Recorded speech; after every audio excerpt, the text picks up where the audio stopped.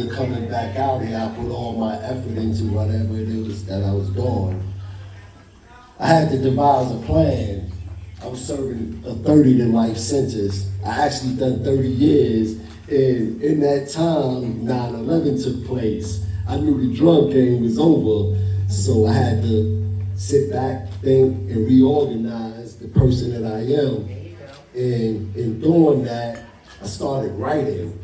I met an individual that told me for years, he said, "Yo, fam, you tell amazing stories." He said, "You should put that on paper." And for years, I really just ignored it, shrugged it off. But that's how Hieroglyph LLC originally started, from an individual igniting me, really. The funniest thing was, as a young kid, being illiterate, it was like, I wanted to write books, but I really didn't know where to start. And it was so many ins and outs that an individual had to learn. And it wasn't really being taught in our neighborhoods. Nobody really had the information to move us to the next level. And if they were, they weren't there in the neighborhoods that I was a part of, not giving up the information that was really sufficient to helping a young man grow and become a more mature individual. From that point to this point, you know, in every book that I had the opportunity of reading, I tried to take a quote from it. And in this particular quote, I took it on because it meant so much to me, because we face so many challenges as Black Americans. And in that depth, I found myself constantly thinking and constantly trying to challenge myself. And said, how does a person inside or outside prison confront the cultural mindsets, the layers of misinformation propagated by the capitalist system? Sooner or later, what can be called a radical dilemma surfaces for the few wanting to enter into the structural attack elements of the United States. Culturally, educationally, and politically, all of us are similarly limited by these layers of misinformation. That means none of us functions with a clean slate when considering and debating any aspects of history as it pertains to us here in America. As you watch social media today, you see the continuous lies that's being exposed on the right side, or how we were actually tricked. A lot of us weren't really tricked. A lot of us just accepted the reality that was forced upon us because we didn't have no real concept of fighting back. And for those that we saw fighting back, the Panthers, the BLA, and everybody else that took the initiative, we felt short of giving them the assistance that they needed. But who can actually blame us? We was fearing the devil as he stood before us. We're actually celebrating Miss Elma Brown. That's my lady, and in the course of meeting her, she actually changed a whole lot of elements in my life. I didn't know how to love. I still don't really, but you know, it's an uphill battle. You know, I went to prison at a young age, and you know, being confined in their restraints, you know, you become a cold-hearted individual because of the environment. You leave one cold environment and enter into a stagnant state environment, state of suspended animation, really, to where you're caught between the aspects of life and death. You're breathing, but you can't really live. So out here now, I try to take every step to show that I'm living. You know, so I took on Hieroglyph Publishing and Entertainment for that particular reason. I'm from the Ocean Hill, Brownsville section. I'm originally from the Sky. I grew up on Pulaski between Marcy and Tompkins. That's where I originally grew up at, but we later moved on to the Hill. But we're here to celebrate Miss Elma Brown. And the role she actually played in my life, when coming into my life, was teaching me how to put my guards down. You know what I mean? Because we always on the defense. And being an individual that I was before going to prison, I had to be on defense. You know, and I see so many of us caught up in the lies that's still being propagated, and it seems like we really don't want to change our situation. And when we talk about Miss Elma Brown, she helped me really change my situation with being a little bit more sociable with people, you know, and we actually forget the importance of women. This is one of the reasons why my publishing company is so important. And as you see, I have 5 books out. The book that's out recently released is The Goddess's History. That's by Anthony Onkati. He's an individual that just served 33 years. And we talk about a woman and how she nurses individuals. This is the lady we're talking about, Miss Elma Brown, the lady that we call Miss ABC. Because in the course of meeting her, I heard her. I heard her so many different times based on so many foolish reasons, you know, and you really don't want to face the foolishness that you're caught up in when dealing with grown folk. You know what I mean? Until you face that reality, you face the changes and you enter back into the source. You know, she wrote 3 particular articles in my book called Pretty Ricky. And in the development of that, it was showing me more of who she was, and she was also exposing her pain to me as an individual, the individual that she was allowing past her gates, you know, and I really didn't appreciate her. And tonight we're here to appreciate Miss ABC, Miss Elma Brown, for all her contributions. You know, I used to look at her at one particular point like, damn, she's always bragging.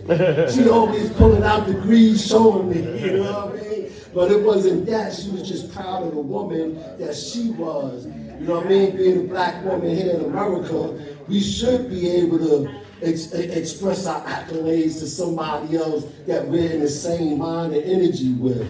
I actually have something that I wrote down for Miss Elma Brown.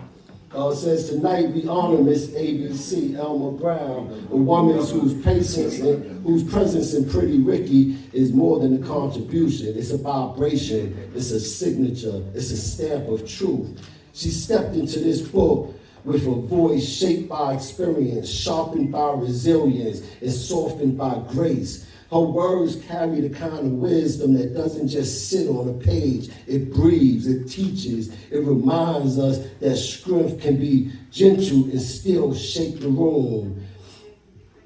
What she brought to Pretty Ricky wasn't just writing. She brought perspective. She brought courage. She brought the kind of insight that only a woman who has lived, loved, lost, and risen again can offer. In that's why we celebrate Miss ABC today. In Coal and Blue, one of the articles in Pretty Ricky, she expresses the depths of love, challenges, and resilience found in healing. In Sun, Moon, and Stars, she honors the sacred structure of man, woman, and child, the foundation of family balance, and the universe's first family. In the source, she shows us that every better choice is a return to the path of our elders laid at our foot. Miss ABC, your work stands as a reminder that it's never too late to speak your truth, never too late to share your gifts, never too late to step into the spotlight you deserve. You showed our readers, our authors, that storytelling isn't just about age, timing, or perfection. It's about honesty, about showing up as yourself and trusting that your voice matters. Your script is quiet but undeniable. Your presence is warm but commanding. Your journey is personal but universal. And tonight we celebrate your birthday. We also celebrate your courage to keep going, to keep writing, to keep shining, and to keep inspiring the next generation of storytellers who you will help pave the way. On behalf of Hieroglyph Publishing and Entertainment, and on behalf of every author in Pretty Ricky, and on behalf of every reader who felt your words, we honor you. We thank you, and we celebrate your legacy, which continues as you continue to build. Happy birthday, Miss ABC. May your wisdom keep flowing. Yep, good to go. Your light keep flowing. And with that, I say happy birthday, y'all. Happy birthday. Happy birthday. Easy. Let's keep this jumping, y'all. All right, can we give Farrah some round of applause? Give Farrah some applause. We got one more presentation by Sincere. That's Sincere? Yeah. Huh? That's you? Yeah. My bad. I thought it was a female. I'm sincere. what I have to say, Pharaoh already said everything that I was supposed to say. I'm looking at my phone and I'm saying, wow. All the accolades that he said that for Alma was the same thing I was supposed to say. So I'm not gonna reiterate that. You know what I mean? I just want to tell y'all that I know me and Pharaoh was in the bed of the beast together. I met him there. You know what I mean? And we became, close friends. He came home. From here, I had a spot that I was working at, like 5 blocks from here on Lexington Avenue. And he came and he was working with me as an intern. I was like, how is that? How I come home and where did he come from? He came, right? But his brother Caesar, aka Suave, right, was with me too. So one day, me and Suave was in Fishkill, right, before I came home, and he was like, yo, I'm worried about my brother Pharaoh. So, and I'm like, I'm not even knowing that he talking about him.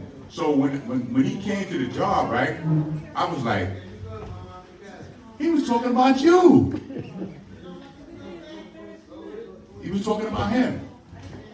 Like I said, everything that he said, I'm not going to reiterate the same story that somebody already said. All the accolades for Alma.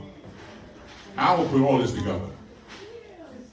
Alma is a real foundation of hieroglyph publishing and entertainment. That's right. 9 hieroglyphs.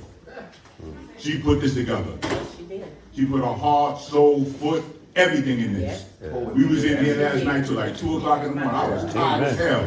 You know what I mean? But she's the foundation of this. It's her birthday, and you know what was crazy? The 23rd was her birthday, right? And I didn't even call her for her birthday. The 23rd. 23rd was her birthday. Her birthday the 23rd, right? 77.